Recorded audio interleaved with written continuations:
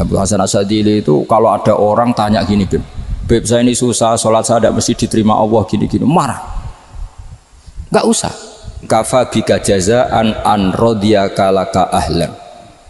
Sudah kamu ditakdir pernah sujud itu sudah keren. Saya itu andaikan dapat kabar dari malaikat bahwa sholat kamu tidak diterima, saya tidak susah. Bukan karena sombong. Pernah ditakdir sholat sujud ning Allah itu keren. Kayak apa malunya kita ketemu Allah kemudian kita di bumi tidak pernah sujud. Makanya cara Abu Hasan Asyadzili kowe ora usah mikir sholatem ditampa taro ora usah mbok mikir. Kowe ditakdir tau sujud itu hebat. Kafa bika jazaan an radiyaka laka ahlan. Cukup kamu mendapat balasan dari Allah, kamu pernah ditakdir sujud. Gak perlu ngaji alim alama, segowo sawi ngalor ngidul jalalain keren. Paling gak malaikat pernah melihat kamu, nggawa tak kitab kewedi.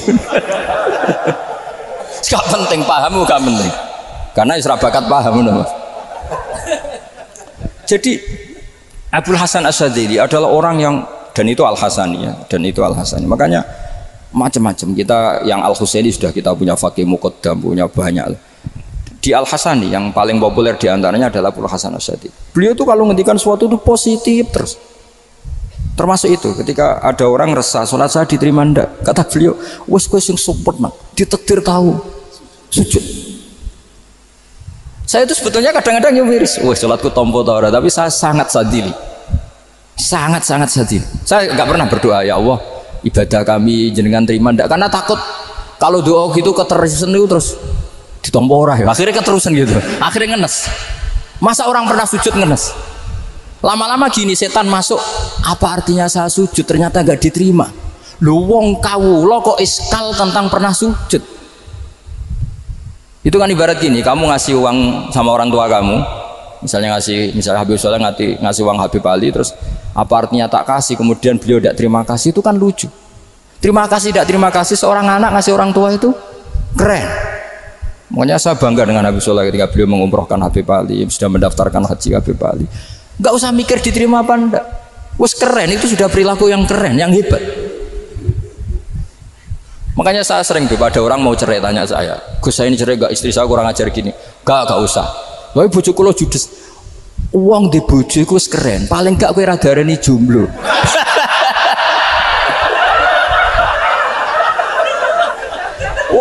Diarani duda ora enak. Wes luwe sabar di diarani duda mek diarani bojo judes. Enak bojo judes cek gagah. Di bojo lah. Oh iya. Provokator itu. Jadi kafabika jazaan an radiyaka laka ahlan, sudah ditakdir pernah sujud itu sudah keren. Dulu ulama ala hadan nampak. Ulama dulu cara berpikir seperti itu. Makanya ulama dulu kalau nafsiri wasjud waqtarib sudah pernah sujud. Di Quran enggak pernah ada ayat wasjud lan sujudo sira ingkana kada wa kada ing kunta mutayakinan bi qabuli sujudi. Kan ada sujud ya sujud saja, enggak usah mikir makbul apa enggak makbul. Sudah kalau sujud pasti waqtarib. Terus saya sebenarnya ya sebagai orang ya kadang wedi, salatku ditampa ta ora. Tapi kalau keterusan nanti ada was-was yang mengatakan opo artine sholat. Lu tuh kan ngeri seorang hamba sing uripe ning bumine Allah kemudian menyoal pernah sholat hanya karena takut gak diterima. Itu kan geblek banget. Biasa jenis kiai yang di partai itu. Saya enggak tahu kalau keneng dikom. Di umat masa kamu gak ada keren blas. Jadi lah nanti kalau misalnya ada manhajnya Habib Soleh yang tidak seperti itu tidak apa-apa, mungkin supaya orang nggak takabur, nggak fakhr, sehingga makanya mulai dulu lama itu ya partainya kalau nggak rojak ya hauf. Nah saya ini yang terang-terangan ikut partai rojak saja, Pak. Partai rojak karena banyak yang sudah di partai hauf, tapi saya rojak yang bil ilmi tadi. Makanya Sayyidina Umar radhiyallahu anhu itu yang namanya sama sujud, saya itu punya kitab Habib Soleh pernah tak tunjukin tulisan tangan saya, muji-muji sujud. Sayyidina Umar ketika ditusuk seorang gila itu Majusi ya, Abu Lu'lu' terkenalnya itu Hulamul Mughirah terkenalnya, ditusuk, dia sahabat, beliau sahabat wali, Jadi nusuk Umar tuh kayak apa? Nusuk Mas Akom aja dosa besar, apalagi nusuk Umar. Itu ketika ditusuk, dia itu ya punya dendam. Namanya manusia itu punya dendam. Maksudnya namanya orang kan mangkel sama yang nusuk. Kalau orang mangkel itu inginnya kan yang nusuk itu masuk neraka. Tapi apa kata Umar? Ngendikan gini, tanya pertama, yang nusuk saya siapa? Orang Majusi.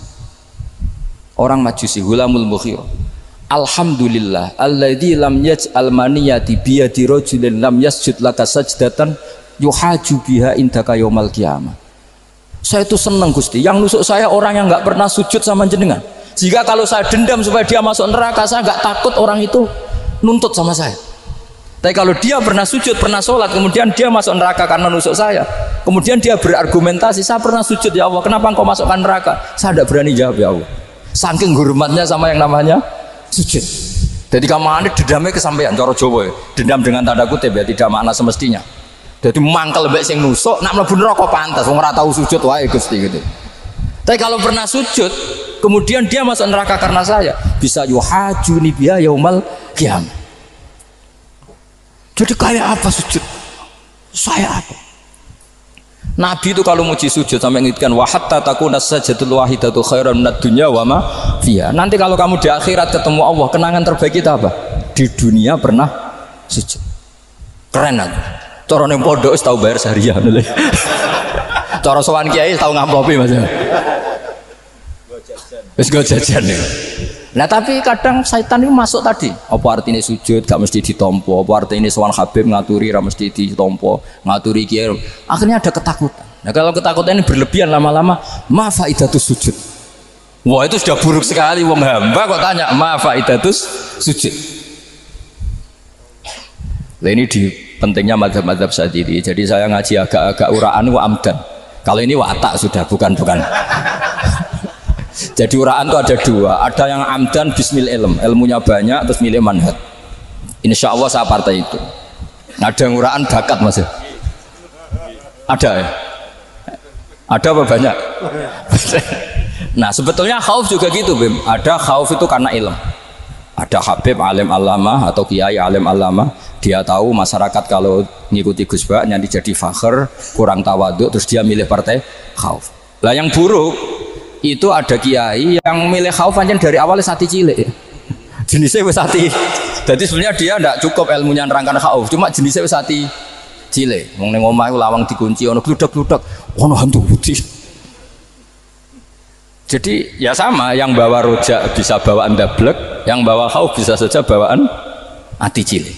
Nah kita ingin yang bawa rojak ya bismil ilm, yang bawa khauf juga bismil ilm. Ya ono teh Mas, wong sing ati gede, pegawene dua blek, tapi enggak bawaan rojak, bawaan dablek. Ada yang ati cilik tapi bawaan khauf. Jadi mengatakan khauf tapi sebetulnya bawaan ati cilik. Nah kita inginnya ndak, kalau rojak ya bismillah kayak Abdul Hasan Asyadzili, kalau yang kampanye khauf kayak Sayyid Abdul Haddad bawaan apa? Ilm. Sehingga kita ini Qul inni ala bayyinatin mir rabbi, semua itu berdasar ilmu sing jelas welo-welo. Makanya semua nabi memaklumatkan apa? Qul inni ala bayyinatin mir rabbi. Jadi semua ilmu syaratnya apa? Bayyinah. Bayyinah itu kebenaran ilmiah sing jelas welo-welo. Makanya itu yang disebut Allah Subhanahu wa taala mensifati kekasihnya yaitu Nabi Muhammad sallallahu alaihi wasallam, lam yakunil ladzina kafaru min ahlil kitabi wal musyrikina munfakkina hatta ta'tiyahumul bayyinah rasulun minallah yatslu suhufam mutahhar. Niku Kanjeng Nabi saking cerdase meneh tek wong Islam, wong musyrik, wong kafir ngerti logika yang dibangun Nabi saja kuat infikak dari kemusyrikannya. Makanya disebut munfakin. Orang-orang musyrik, orang-orang kafir tidak munfakin, tidak tercerabut dari akar akidahnya hatta ta'tiyahumul bayyinah. Itu siapa? Rasulun minallah yatslu suhufam mutahhar. Masyhur itu debatnya Nabi dengan orang-orang musyrik.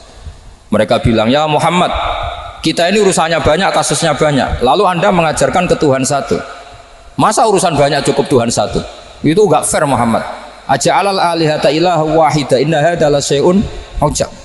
Urusan kita banyak, masyakil kita banyak, muskilah kita banyak. Kalau Tuhannya satu enggak cukup Muhammad. Nabi dengan santainya memberi penjelasan. Ya sudah gini saja. Kalau kamu jadi budak atau pembantu, majikan kamu banyak, semuanya merintahkan kamu, semuanya bikin aturan untuk kamu. Kamu suka enggak? Ya gak suka Muhammad. Kalau majikan kita banyak repot. Ya sudah, Tuhan kamu itu majikan kamu. Kalau banyak perintahnya beda-beda kamu pusing. Ya udah Mat, Tuhannya satu aja Mat. Karena Nabi bayina, orang itu bisa dibalik-balik pikirannya. Dan makanya disebut dorobawahu masalah rojulan fihi syuraka umutasyakisuna wa rojulan salamal lirojul hal yastawiyani masalah alhamdulillah. Jadi Nabi itu kalau adu argumentasi itu luar biasa. Jadi segampang itu Nabi memberi apa? Argumentasi. Karena beliau adalah al-hujjatul balighah. Jadi Nabi itu gak pernah kalah. Pernah Nabi debat sama orang Yahudi. Muhammad, saya ini turunan Ibrahim. Kita ini Israel ya. Kita tahu Israel adalah turunan Nabi. Israel nama lain dari Yakub. Yakub bin Ishak bin Ibrahim. Padahal Yakub ini punya anak namanya Yahuda. Makanya Yahuda bin Yakub bin Ishak bin. Kita ini yang mirip Ibrahim, bukan kamu. Tapi orang Yahudi itu nggak hafal nasabnya, sehingga mereka bilang kita ini saking baiknya Ibrahim saja pengikut kita. Terus digojlok gue Nabi. Ibrahim itu buyute Yahuda. Makanya digojlok ha antum haula ihajatum fi malakum bi ilm falimatu hajuna fi ma laysa lakum bi ilm. Kita adu debat itu sudah ilmiah. Kenapa kamu menjadi tidak ilmiah? Kenapa Muhammad? Terus Allah menurunkan wa ma unzilatit tauratu wal injilu illa min ba'di afala ta'qilun. Artinya gini, kalau Ibrahim dikatakan Ibrahim Yahudiyah, itu sama dengan saya berkali-kali podo karo sampean misalnya ngendikan Mbah Zubair itu pengagumnya Gus Roji misalnya. Padahal Gus Roji bin Ubab bin Maimun bin Zubair, misalnya Gus Roji bin Kiai Haji Ubab bin Kiai Haji Maimun bin Kiai Haji Zubair. Nah Ibrahim itu kan Yahuda bin Yakub bin Ishak bin Ibrahim. Terus mereka bilang Ibrahim itu pengikut Yahudi. Itu kan kebalik-balik. Kayak Habib Hasan itu pengagum Habib Soleh. Kan Habib Hasan rohnya ini gimana ini sih mbahnya kok dianggap. Nah sehingga orang Yahudi ketika Nabi berdebat beda dengan Nabi Muhammad SAW. Ketika ditanya kenapa kamu yakin agama tauhid millata abi, karena ini agama nenek moyang saya, millata abikum apa? Ibrahim. Jadi jelas akhirnya orang Yahudi ngerti. Ya kan sama dengan mengatakan tadi Pak Karno itu pengagum Puan Maharani. Kan aneh nggak kalimat itu? Mbah Hasyim Asy'ari itu pengagum Gus Dur. Gak lucu. Itu debat.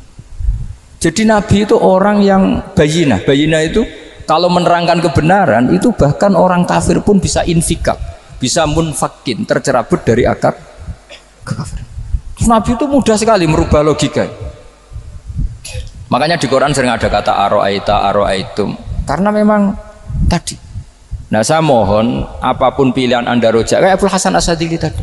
Ketika orang resah sujudnya diterima apa enggak, sholatnya diterima apa enggak, beliau bisa berargumentasi betapa pentingnya sujud. Wes aja kowe iku kawula, tahu sujud itu keren. Saman bayangkan betapa malunya kita kalau kita ketemu Allah kemudian di dunia enggak pernah. Lho paribasane kula mlebu swarga lah isin. Mlebu swarga tapi ning donya ora tahu. Isin. Sama seperti kowe di guru saurip-uripmu ora tahu salam templek isin. Kira-kira seperti meskipun salam templek ora penting. Ya ora penting dong, misalnya soleh salam templek 50.000 duwe wis akeh ngono kan. Nama sakom penting kudu rokok.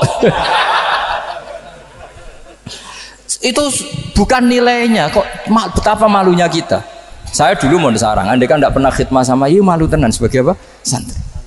Makanya Sayyidina Umar ketika beliau dibunuh orang, itu pertanyaan pertama, dia pernah sujud enggak? Enggak pernah. Andai kan dia pernah sujud, maka saya tidak berani masukkan dia masuk neraka. Takutnya dia protes sama Allah, ya Allah saya pernah sujud kenapa harus di neraka? Atau Umar ditanya Allah gini, Umar, kue ridho wong sing tahu nyembah aku kemudian dia di neraka. Kayak apa ya?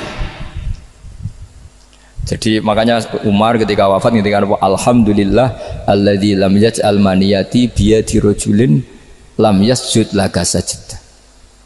Ya jadi saya mohon sekali jadi majelis ini sebuah majelis mubarak, caranya tauhidnya dibenarin ya, apa tauhidnya dibenarin. Jadi Allah itu adhaka wa abka, Allah itu al-hadi, Allah itu ar-razzaq. Sehingga menteri ekonomi mbok salah rumusillah wong tetep mangan. Mergo Allah itu ar-razzaq. Mbok negara dikelola keliru lah wong tetep mangan, wong Allah itu